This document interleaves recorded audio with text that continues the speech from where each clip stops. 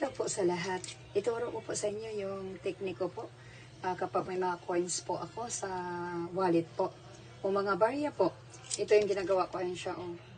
Naipon ko po ito para po iwas baho sa wallet at saka iwas virus na po.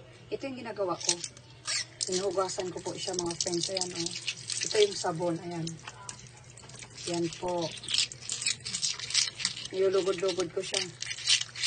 Tapos po, kapag walang liquid po, soap, pwede naman din po, kahit sabon po, kahit bar na sabon, pwede po.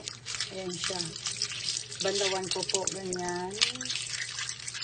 Maganda na po ito para iwas po talaga may sawa na sakit, lalo na po yung uso ngayon sakit, yung sipon or anong mga virus, yung mga bakterya po.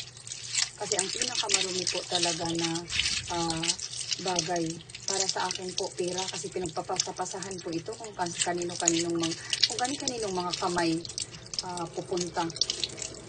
Tapos po, ang pangalawang marumi na bagay, yung cellphone. Kaso lang ang cellphone, tayo lang yung gumamit. Samantala, yung pera talaga, itong mga coins, yung pinaka marumi talaga. Kasi kung sino-sino nga po, yung mahawak, di ba po?